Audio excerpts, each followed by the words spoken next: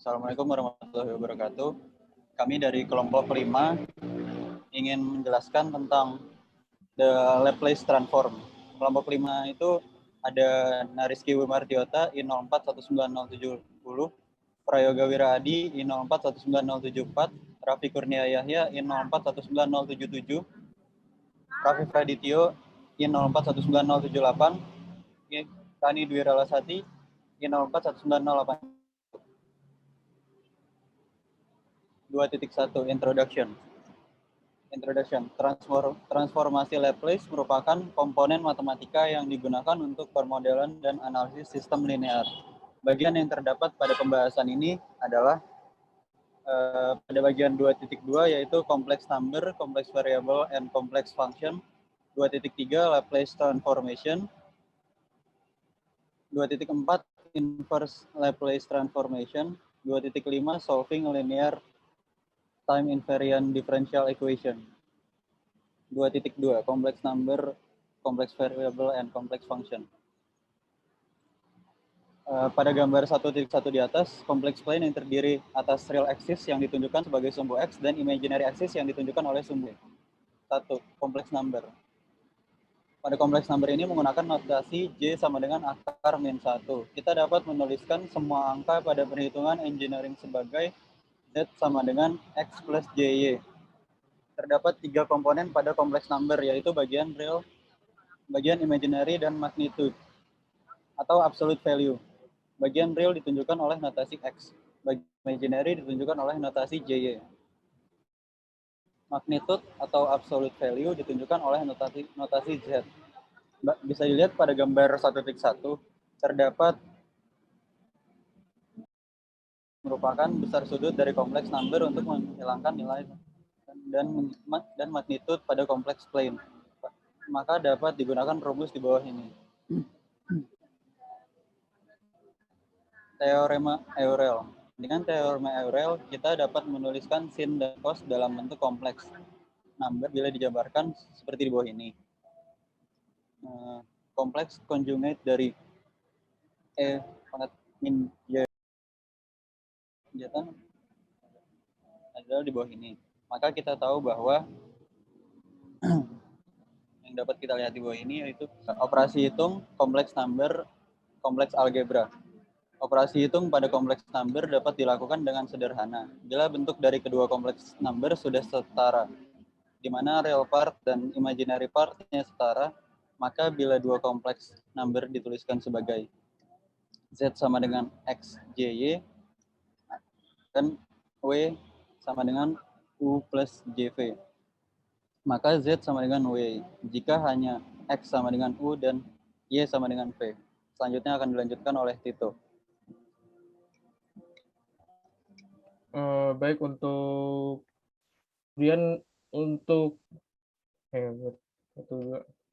kemudian untuk operasi hitung pada kompleks number, kita ada operasi hitung seperti pada matematika biasa. Jadi kita ada penjumlahan, pengurangan, perkalian, pembagian, kemudian nanti juga ada pengakaran dan pemangkatan. Untuk penjumlahan sendiri, untuk penjumlahan kita menggunakan kompleks number dalam bentuk rektangular. Jadi untuk penjumlahan dua kompleks number dilakukan dengan menjumlahkannya secara terpisah antara real part dan imaginary part-nya. Misal ada kompleks number Z dan W, jadi Z plus W sama dengan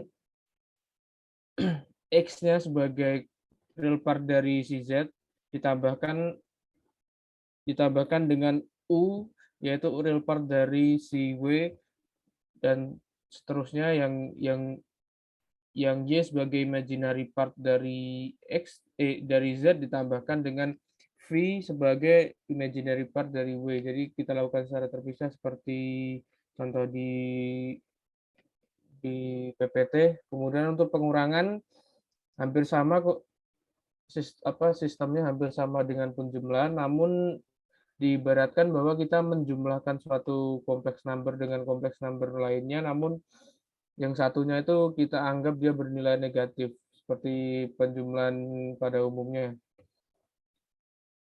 Terus kemudian untuk perkalian dari kompleks number, nah kita kita membedakannya dalam perkalian bentuk rektangular dan bentuk polar. Nah, untuk yang pertama ini ada perkalian kompleks number dengan suatu bilangan real. Nah, ini dapat dilakukan dengan mengkalikan real part dan imaginary part si kompleks number tersebut dengan bilangan real tersebut. Misalnya kita mengkalikan kompleks number set dengan suatu bilangan, maka kita seperti yang tertera di PPT itu X plus Y sebagai kompleks numbernya kita kalikan dengan A. Nah, si real part X dikalikan dengan A secara terpisah, kemudian ditambahkan dengan JY dikalikan dengan A sebagai imaginary part dari kompleks number kita. Kemudian dalam perkalian juga ada perkalian kompleks number dengan kompleks number, namun ini si kompleks numbernya dia memiliki bentuk rektangular.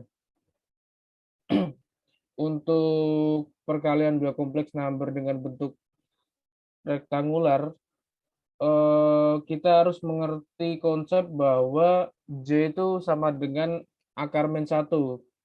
Sedangkan J pangkat 2 itu sama dengan min 1. Nah, maka bila ada kompleks number dalam bentuk rektangular, yaitu Z sama dengan X plus JY dan W sama dengan U plus JV, terus kemudian dikalikan, maka akan seperti pada PPT ini, Z kali W sama dengan dalam kurung X plus JY dikali U plus JV sama dengan XU plus JYU ditambah JXV ditambah J kuadrat YV. Terus sama dengan XU min YV ditambah J dalam kurung XV plus JU. Nah, bisa kita perhatikan di sini kalau J kuadrat ini dia nilainya berganti dengan min 1 sehingga bisa disederhanakan persamaannya menjadi yang di bawah itu. Kemudian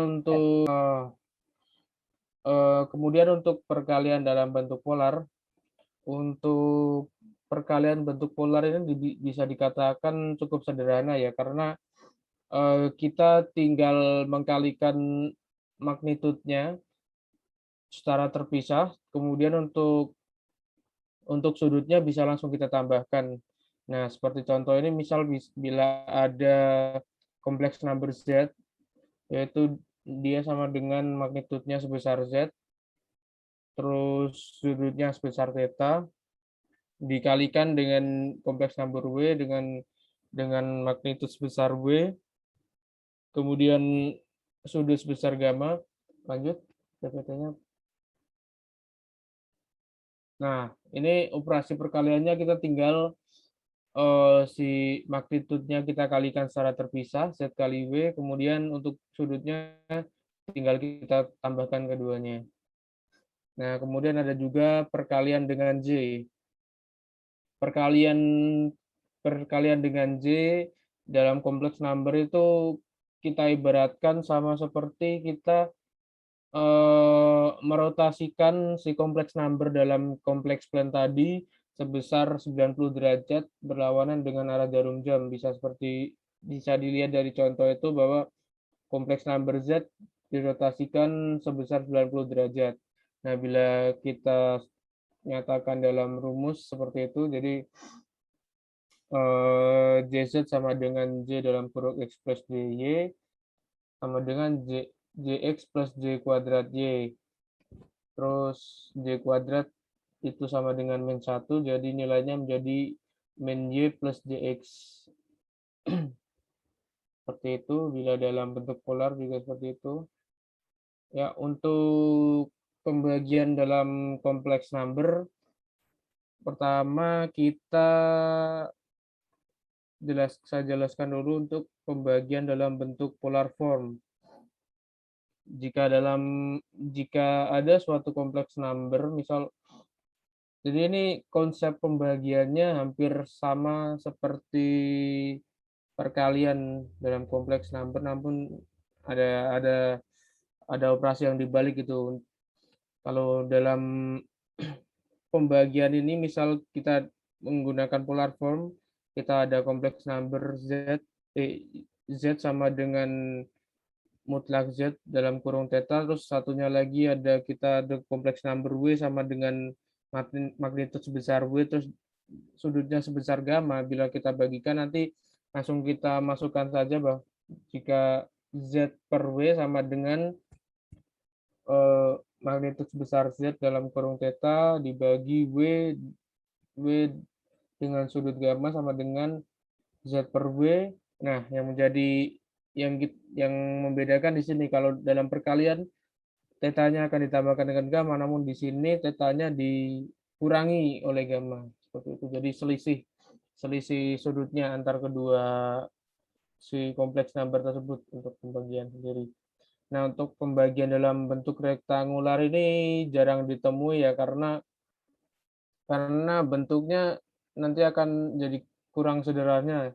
Namun bila ingin tetap melakukan operasi tersebut, cara melakukannya yaitu nanti untuk kompleks numbernya sendiri akan dikalikan dengan kompleks konjugat dari penyebut dari kompleks kedua kompleks number tersebut. Misal seperti ini.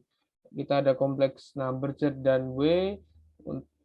Bila Z dibagi W sama dengan Z per W sama dengan X plus JY per U plus JV sama dengan dalam kurung X plus JY dikalikan kompleks konjugat dari W yaitu U min JV per U plus JV dan dikali U min JV kemudian seterusnya. Nah, bisa kita lihat kalau hasil akhirnya di sini agak kurang sederhana, jadi lebih diutamakan untuk melakukan pembagian menggunakan rectangular form. Karena seperti yang kita tahu tadi kalau kompleks number ini kan ada dua bentuk yaitu rectangular dan polar dan itu bisa diubah-ubah antar keduanya itu. Nah, kemudian untuk pembagian dengan J itu sama dengan merotasikan si kompleks number pada kompleks plane searah jarum jam sebesar 90 derajat. Jadi kebalikan dari perkalian dengan J tadi. Kemudian next. Next. Nah, seperti ini. Jadi untuk penulisannya bila dirumuskan tadi pembagian dengan J itu Z per J sama dengan X plus JY per J sama dengan X plus JY dikali J per J kuadrat. Terus sama dengan JX min Y per min 1. Jadi J-nya dicoret, terus menyisakan J di bawah itu senilai min 1 sama dengan Y min JX. Seperti itu. Jadi sama dengan rotasi 90 derajat searah jarum jam. Kemudian untuk pemangkatan dan pengakaran. Nah, untuk pemangkatan dan pengakaran kompleks number ini, konsep yang perlu kita pahami adalah kalau pemangkatan itu sama dengan kita mengkalikan suatu bilangan dengan dirinya sendiri sebanyak n. Jadi misal pemangkatan sebanyak n kali itu sama dengan kita mengkalikan bilangan tersebut dengan bilangan itu sendiri sebanyak n kali. Nah, dalam kompleks number ini berarti bisa kita terapkan konsep tersebut. Nah, ini lebih mudah kalau kita menggunakan kompleks number dalam bentuk polar ya, agar lebih mudah. Jadi misal Z pangkat N sama dengan magnitud Z, sudutnya sebesar theta, terus kita pangkatkan N itu sama dengan Z-nya kita pangkatkan, karena kalau perkalian tadi kita kalikan, terus sudutnya itu kan kita kalikan dengan bilangan tersebut sebanyak n kali. Nah, kita kan ini kan sama dengan kita menambahkan theta sebanyak theta ditambah theta tambah theta tambah theta sebanyak n kali, berarti sama dengan perkaliannya. Kurang lebih seperti itu. Nah, untuk operasi pengakaran ini sama dengan operasi pemangkatan, tapi nilai pangkatnya itu senilai 1/n. Maka seperti ini, Z pangkat 1/n sama dengan nilai Z, terus sudutnya sebesar theta kita pangkatkan dengan 1/n, terus sama dengan magnitudnya kita pangkatkan 1/n, Nah, untuk sudutnya sendiri kita bagi jadi theta dibagi n. Misalnya contohnya seperti ini.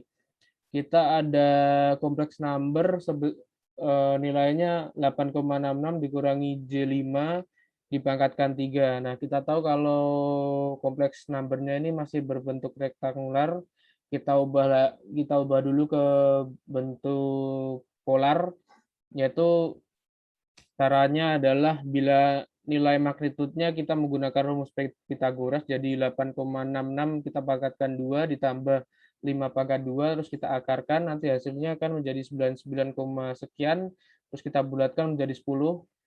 Nah, untuk nilai sudutnya ini kita menggunakan rumus eh, kotangan X per Y, jadi nilai kotan dikali 5 per 8,66 per 5, nanti kita akan dapat nilainya min 30 derajat. Terus kita pangkatkan 3, 10 menjadi 1000, terus min 30 sama dengan 30 kali 3, min 90, terus kita mendapatkan nilainya minus J 1000 untuk pemangkatannya. Kemudian untuk pengakarannya konsepnya juga sama, kita ubah dulu menjadi bentuk polar, menjadi 9, sudutnya min 45, terus kita pangkatkan setengah, terus jadi 9-nya kita bagi kita akarkan menjadi 3, terus min 45 kita bagi 2 menjadi min 22,5, seperti itu. Kemudian selain kompleks number tadi, untuk step berikutnya kita juga memiliki yang namanya kompleks variabel. Nah, kalau kompleks number kan memiliki real part dan imaginary part. Nah, jika real part atau imaginary part merupakan suatu variabel, maka kompleks number tersebut disebut kompleks variabel. Jadi eh, jadi contohnya seperti ini, misal kita ada f dalam kurung s sama dengan fx plus j fy. Jadi si kompleks variabel ini dia juga memiliki real part dan imaginary part. Nah, di mana fx dan fy itu merupakan real quantity. Jadi seperti yang tadi 8,66 seperti contoh soal yang tadi, terus juga J5 gitu. Nah, untuk magnitude dari Fs ini sendiri, kita menggunakan rumus yang sama, yaitu akar Fx kuadrat plus Fy kuadrat. Terus sudut theta dari Fs, kita menggunakan kotangan dikali Fy per Fx. Nah, kemudian untuk kompleks konjugatnya juga sama, Fs sama dengan Fx min J Fy. Nah, kemudian biasanya kompleks function memiliki bentuk seperti ini, bisa dilihat. Jadi F dalam kurung S sama dengan K dikali S plus Z1 hingga S plus Z tak hingga sekian, terus kemudian dibagi S plus P1 dikali S plus P2 sampai S plus P sekian, kemudian lanjut. Nah, jadi bila kita lihat tadi, kita lihat contoh di sini, kita ada G dalam kurung S sama dengan K S plus 2 dikali S plus 10 per S dikali S plus 2, S plus 5, S plus 15 akar pangkat 2. Yang perlu kita pahami dari sini bahwa ada dua hal, yaitu yang disebut zeros dan pole. Jadi zeros itu adalah nilai S di mana hasil dari fungsi tersebut sebesar 0. Jadi kita biasa mengenalnya pembuat nol fungsi ya. Nah, sedangkan kalau poles itu nilai S di mana hasil dari fungsi tersebut nilainya tak hingga. Jadi misal kalau di sini polesnya itu kita memiliki S sama dengan min 2, terus S sama dengan min 10. Nah, itu kita anggap sebagai zeros karena bila S-nya min 2 nanti kan itu yang di atas ada nilai 0. Terus 0 dikali berapapun hasilnya 0, 0 dibagi berapapun hasilnya tetap 0, seperti itu. Kemudian dari zeros tersebut juga kita tahu kalau ada nilai zeros sebesar tak hingga. Jadi angka berapapun bila dibagi tak hingga hasilnya juga akan 0. Nah, itu juga nanti tak hingga juga masuk ke zeros. Kemudian untuk pol sendiri itu berapapun nilai yang S yang dimasukkan saat si fungsi ini dikerjakan nanti hasilnya akan tak hingga. Jadi misal di sini itu ada S-1 karena apa? Karena eh, bila men 1 dimasukkan ke situ nanti nilai bawahnya akan 0 kan. Nah, terus nanti operasi hitungnya nanti akan menghasilkan nilai tak hingga. Nah, kemudian kita juga mengenal yang namanya multiple poles by order. Di sini kan kita tahu kalau di bawah itu ada operasi, ada dalam kurung S plus 15 pangkat 2. Nah, itu kita mengenal multiple poles by order by K. Nah, kalau di sini pangkatnya 2 berarti multiple ordernya itu ada 2. Kita lihat di sini, GS memiliki 5 buah zeros, yaitu S-2, S-10, S tak hingga, S tak hingga, S tak hingga. Kenapa kok S tak hingganya ada 3? Yaitu karena di bila bila kita lihat yang atas itu kita bisa ibaratkan kalau di atas memiliki S pangkat 2 karena S-nya ada 2 dan yang di bawah itu S-nya ada 5. Nah, bila kita masukkan tak hingga nanti bisa kita coret sehingga hanya menyisakan S pangkat 3 di bawah. Jadi si tak hingganya ini dituliskan 3 kali karena bisa mengisi 3 tempat di bawah. Seperti itu. Terus kemudian untuk polsnya sendiri kita tahu bahwa S plus 15 dipangkatkan 2. Jadi dia disebut sebagai multiple poles by order, multiple poles order by 2. Jadi ditulis 2 kali yaitu men 15 dan men 15. Seperti itu. Untuk penjelasan dari kompleks number, variabel, dan function sudah, kemudian dilanjutkan oleh Prayoga. Nah, selanjutnya ada transformasi Laplace. Selanjutnya, nah, transformasi Laplace sendiri itu fungsi waktu yang didefinisikan oleh integral dari 0 hingga tak hingga dikalikan dengan E pangkat negatif ST dan diintegralkannya terhadap dt, di mana S sendiri merupakan parameter yang diasumsikan sebagai bilangan real, sehingga dapat dirumuskan sebagai berikut. Nah, fungsi transformasi Laplace ini juga dapat difungsikan sebagai Fs. Proses mengubah transformasi Laplace menjadi kembali ke fungsi waktu disebut juga dengan inversi transformasi Laplace, sehingga dapat dituliskan sebagai berikut. Laplace inverse dari Fs sama dengan Ft. Nah, perhitungan menggunakan Laplace ini memiliki kelebihan, yaitu ketika akan menyelesaikan persamaan diferensial linear waktu. Next. Nah, kemudian transformasi Laplace-nya. Pada fungsi step, di mana Ft sama dengan A ketika T lebih besar dari sama dengan 0, dan Ft sama dengan 0 ketika T kurang dari 0, di mana A sendiri merupakan konstanta, maka transformasi Laplace sebagai berikut. Transformasi Laplace dari A sama dengan integral dari 0 hingga tak hingga A dikalikan E pangkat min ST dt. Integral tersebut diselesaikan menjadi A dibagi dengan S. Sehingga jadi kalau ketika kita akan menghitung transformasi Laplace dari fungsi step dengan konstanta A dapat langsung menggunakan A dibagi S.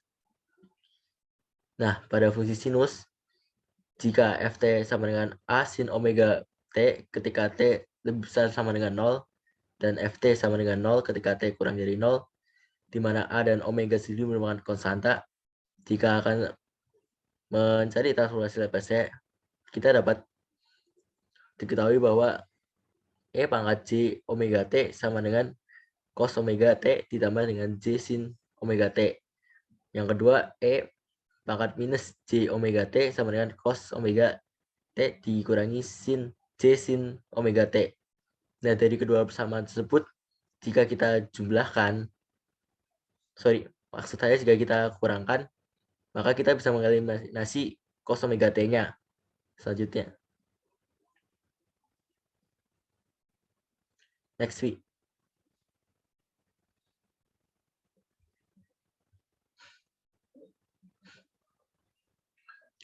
Nah, ketika persamaan tersebut dikurangin, nanti kita dapat mendapatkan persamaan seperti disebut, yaitu sin omega t sama dengan 1/2J dikalikan dengan E pangkat J omega T dikurangi E pangkat negatif J omega T.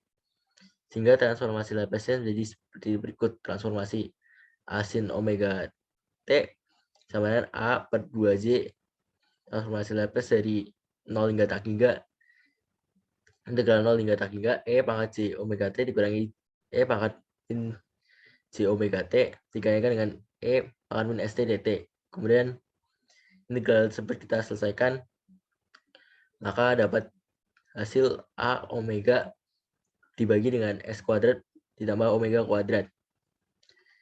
Nah, jika persamaan E pangkat J omega T sama dengan cos omega T plus J sin omega T dan persamaan E pangkat min J omega T sama dengan cos omega T dikurangi J sin omega T tersebut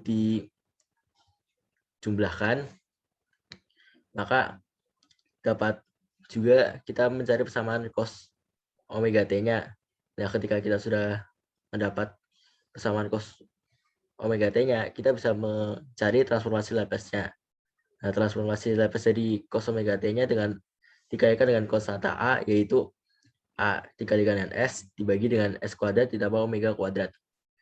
Next.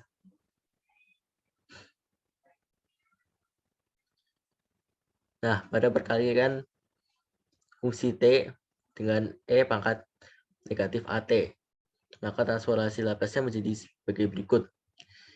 Ketika kita sudah selesaikan integralnya, didapatkan persamaan fungsi S ditambah A. Jadi nih saya kasih contohnya, misalkan ada sebuah fungsi eksponensial ft sama dengan A E pangkat negatif AT ketika AT lebih besar daripada 0 dan ft sama dengan 0 ketika T kurang dari 0, di mana A dan alfa sendiri merupakan konstanta. Maka transformasi Laplace-nya menjadi sebagai berikut. Yang atas itu ketika kita menggunakan cara integral biasa, ketika integralnya kita selesaikan, didapatkan hasil A dibagi alfa ditambah S.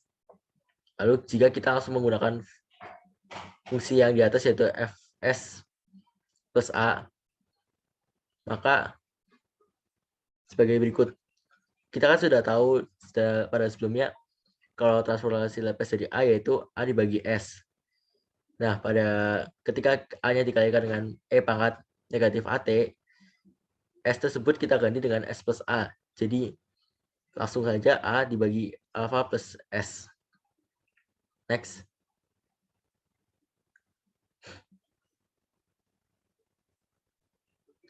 Nah, ini transformasi Laplace lainnya dapat dilihat. Next.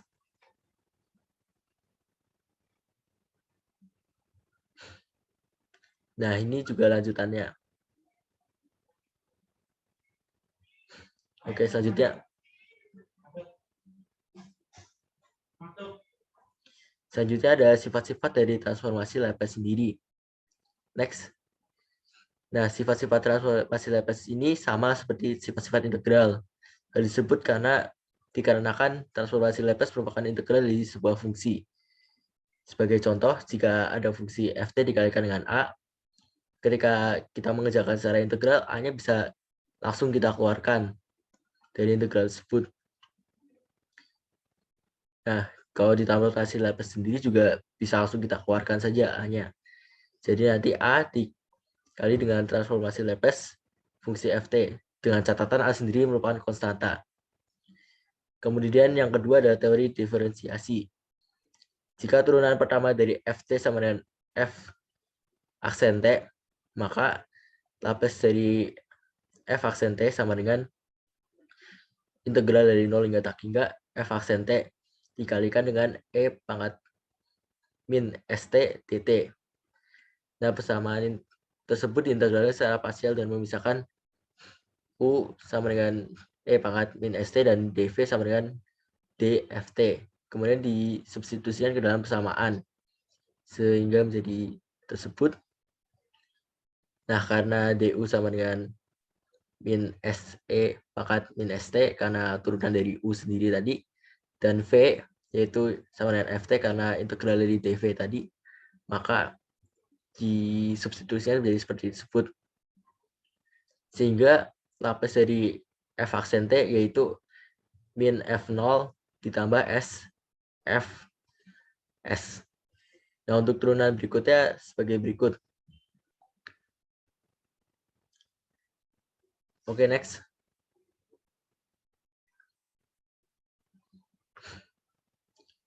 Kemudian ketika kita akan mentransformasi Laplace, ada beberapa teorema yang dapat memudahkan kita untuk menyederhanakan. Yang pertama yaitu ada teorema nilai awal, yaitu bisa dirumuskan dengan limit T mendekati 0. Ini karena dia nilai awal berarti kita anggap T-nya waktu awal, yaitu ketika 0. T limit T mendekati 0 Ft sama dengan limit S mendekati tak hingga dari S dikalikan dengan transformasi Laplace Ft. Sebagai contoh, ketika sebuah fungsi Ft sama dengan 3e pangkat 4t, maka transformasi Laplace-nya yaitu 3 per S min 4. Nah, kemudian kita masukkan teorema nilai awalnya menjadi seperti berikut. Tadi hasilnya 3 sama dengan 3. Kemudian ada teorema nilai akhir. Karena akhirnya dari transformasi Laplace tersebut adalah tak-3, maka nilai akhirnya kita anggap sebagai tak-3, sehingga itu limitnya menjadi T mendekati tak-3, Ft sama dengan limit S mendekati 0, S dikalikan dengan Laplace Ft. Sebagai contoh, ketika fungsi T sama dengan 3e pangkat min 4t, maka transformasi Laplace sendiri yaitu 3 dibagi S plus 4. Kemudian kita masukkan ke rumusnya teorema nilai akhirnya. Lalu kita juga ketemu 3 sama dengan 3. Next.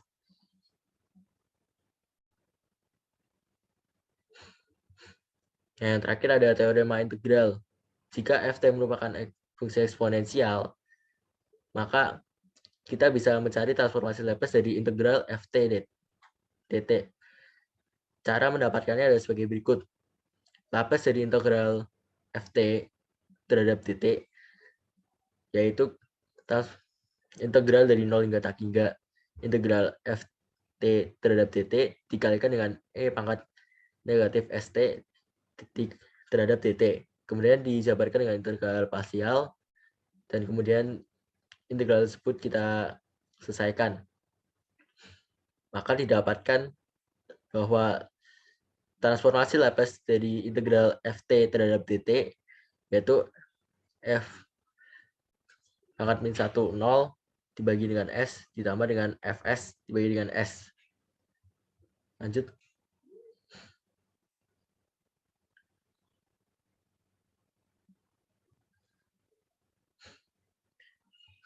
Nah, kemudian ini ada sifat-sifat lainnya. Oke, selanjutnya ada inverse transformasi Laplace yang akan dijelaskan oleh Saudara Rani. Baik, 2.4 mengenai transformasi inverse Laplace. Pengertian dari transformasi inverse Laplace. Transformasi inverse Laplace adalah suatu proses untuk mencari fungsi waktu Ft berdasarkan transformasi Laplace yang sesuai. Terdapat dua metode yang dapat kita gunakan untuk mencari inverse Laplace. Yang pertama, kita dapat menggunakan tabel inverse Laplace seperti tabel yang sudah ditunjukkan oleh Yoga pada subbab 2.3 tadi. Lalu yang kedua, bisa menggunakan metode ekspansi pecahan parsial. Keuntungan dari menghitung transformasi inverse Laplace menggunakan metode ini adalah Fs yang dihasilkan dari ekspansi partial fraction sangat sederhana dari fungsi S, sehingga kita tidak perlu lagi merujuk kepada tabel Laplace. Tetapi kita harus mengingat beberapa pasangan rumus Laplace sehingga kita tidak harus merujuk ke tabel tersebut. Jika Fs disebut sebagai transformasi Laplace dari Ft, maka dapat dipecah menjadi beberapa komponen seperti berikut, yaitu F terhadap fungsi S sama dengan F1S ditambah F2S ditambah hingga Fns. Oke, selanjutnya. Jika transformasi Laplace dari F1S, F2S, hingga Fn6s, maka sudah tersedia seperti ini. Ini merupakan bentuk dari transformasi Laplace dari F1S, F2S, hingga Fn6s, di mana F1t, F2t, hingga F6t, Fnt adalah transformasi inverse Laplace dari F1s, F2s, hingga Fns. Pada fungsi waktu kontinus, fungsi waktu Ft dan transformasi Laplace Fs memiliki korespondensi satu-satu. Jika dalam masalah analisis sistem Fs, seringkali Fs itu muncul dalam bentuk Bs per As, dengan keterangan bahwa A dan B adalah polinomial, dan besaran Bs ini itu tidak boleh melebihi besaran As. Jika Fs dituliskan dalam bentuk faktornya, maka persamaannya akan menjadi Fs sama dengan Bs per As, sama dengan K kali S plus Z1 kali S plus Z2 hingga S plus Zn dibagi S plus P1 dikali S plus 2 hingga S plus Pn. Next. Lalu, terdapat dua kasus pada transformasi inverse Laplace. Yang pertama, yaitu kasus faktor Fs jika linear tidak berulang. Pada kasus ini, nilai Fs itu dapat diekspansi atau diubah menjadi jumlah partial yang lebih sederhana. Bentuknya seperti ini. Fs sama dengan Bs per As sama dengan A1 per S plus P1 ditambah A2 plus S plus P2 ditambah An plus S P plus Pn. Dengan keterangan AK sama dengan nilai K itu 1, 2, hingga nilai N, dengan nilai N itu merupakan nilai konstan. Untuk koefisien AK dapat kita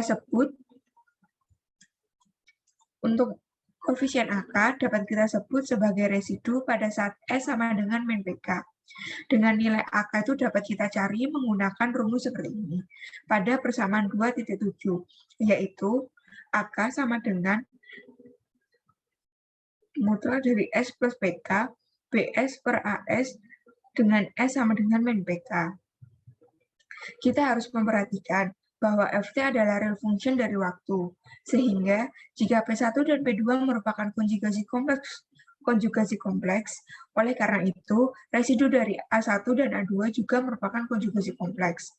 Kita hanya perlu melakukan evaluasi satu konjugasi antara A1 dan A2 untuk mengetahui isinya.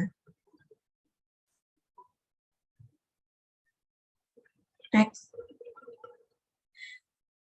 Dari persamaan di atas, yaitu inverse Laplace dari AK per S plus K sama dengan AK pangkat E min PXT, maka nilai Ft kita dapat menentukan dengan persamaan berikut ini.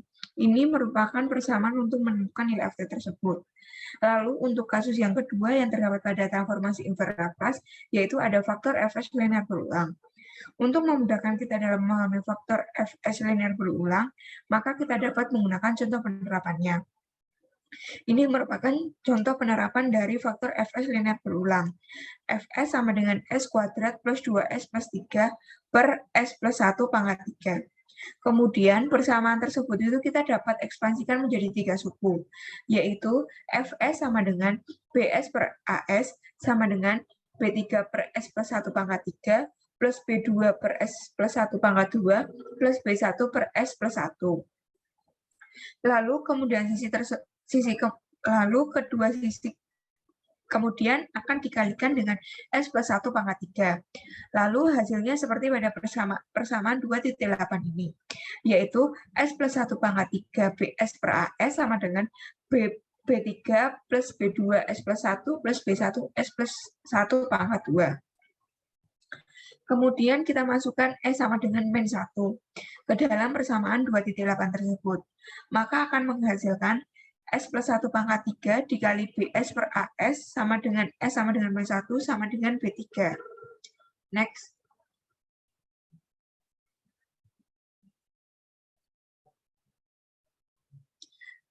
Sudah, dari persamaan 2.8 itu kemudian kita turunkan terhadap S, sehingga didapatkan persamaan seperti 2.9 ini, yaitu turunan dari S plus 1 pangkat 3 BS per AS akan menghasilkan B2 plus 2B kali S plus 1. Lalu pada persamaan 2.9 ini, kita masukkan dengan nilai S sama dengan B1. Maka akan menghasilkan turunan dari S plus 1 pangkat 3 BS per AS dengan S sama dengan B1 akan menghasilkan B2. Lalu dari persamaan 2.9 itu kembali kita turunkan, sehingga S mendapatkan persamaan yaitu turunan dari S plus 1 pangkat 3 BS per AS menghasilkan 2B1. Setelah kita dapat persamaan dari B1, B2, dan B3, maka kita dapat memasukkan nilai S sama dengan B1 dengan persamaan seperti ini. Sehingga dari persamaan seperti ini, kita bisa mendapatkan bahwa nilai B3 sama dengan S sama dengan B1. B3 menghasilkan nilai 2, lalu untuk B2 menghasilkan nilai 0, dan B1 menghasilkan nilai 1.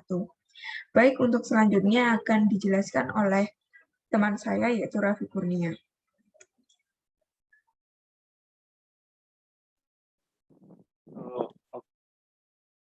Untuk subbab 2 tentang menyebutkan time invariant differential. Jadi pada subbab ini kita akan membahas tentang penggunaan metode transformasi Laplace dalam menyelesaikan persamaan diferensial invarian waktu. Pada metode ini akan menghasilkan solusi yang lengkap. Itu solusi lengkap dan solusi tertentunya dari persamaan diferensial time invariant. Pada metode klasik, untuk menemukan solusi lengkap dari persamaan diferensial memerlukan evaluasi konstanta integrasi dari konstanta awal. Tapi dalam kasus transformasi Laplace ini, syarat ini nggak terlalu penting dikarenakan kondisi awal secara otomatis dimasukkan ke dalam transformasi Laplace dari persamaan diferensial. Apabila semua kondisi awal adalah 0, maka dengan mudah transformasi Laplace akan didapatkan hasilnya dengan cara mengganti S d kuadrat per dt kuadrat dengan S kuadrat. Ada dua langkah dalam menyelesaikan perhitungan ini. Yang pertama dengan mengambil transformasi Laplace dari setiap suku dalam persamaan diferensial yang diberikan, kemudian mengubah persamaan diferensial tersebut menjadi persamaan aljabar dalam S, dan didapatkan persamaan untuk transformasi Laplace dari variabel terikat dengan menyusun ulang persamaan aljabar. Kemudian solusi waktu dari persamaan diferensial diperoleh dengan mencari inverse dari transformasi Laplace dari dependent variabel tersebut. Di sini ada contoh pengaplikasiannya untuk mencari solusi fungsi xt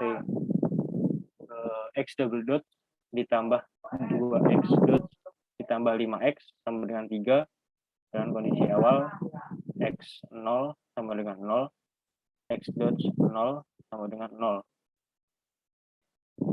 Diperhatikan bahwa Laplace dalam kurung 3 sama dengan 3 per S, x 0 sama dengan 0, dan x 0 sama dengan 0. Kita melihat bahwa transformasi Laplace dari persamaan diferensial S ditambah 2S fungsi x S ditambah 5x fungsi S sama dengan 3 per S. Untuk memecahkan persamaan ini, didapatkan fungsi xs sama dengan 3 per S dalam kurung S kuadrat ditambah 2S tambah 5 sama dengan 3 per 5 dikali 1 per S dikurangi 3 per 5 dikali S ditambah 2 per S kuadrat tambah 2S tambah 5 sama dengan 3 per 5 dikali 1 per S dikurang 3/10 dikali 2 dibagi S kuadrat tambah 2 kuadrat dikurang 3/5 dikali S plus 1 per dalam kurung S plus 1 kuadrat ditambah 2 kuadrat. Kemudian transformasi Laplace terbalik menjadi fungsi xt sama dengan Laplace inverse dari fungsi xs sama dengan 3/5 Laplace inverse 1 per S dikurang 3/10 Laplace inverse 2/1 2 per dalam kurung S plus 1 kuadrat ditambah 2 kuadrat dikurang 3/5 dikali Laplace inverse S plus 1 per dalam kurung S plus 1 kuadrat ditambah 2 kuadrat. Yang dihasilkan 3/5 dikurang 3/10 dikali E pangkat min T sin 2T dikurang 3/5 dikali E pangkat min T cos 2T. Ini besar atau sama dengan 0. Itu merupakan solusi dari persamaan diferensial yang diberikan tadi.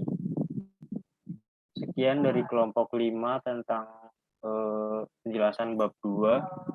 Apabila ada kesalahan dan materi yang kurang, mohon dimaafkan. Sekian dari kami. Wassalamualaikum warahmatullahi wabarakatuh.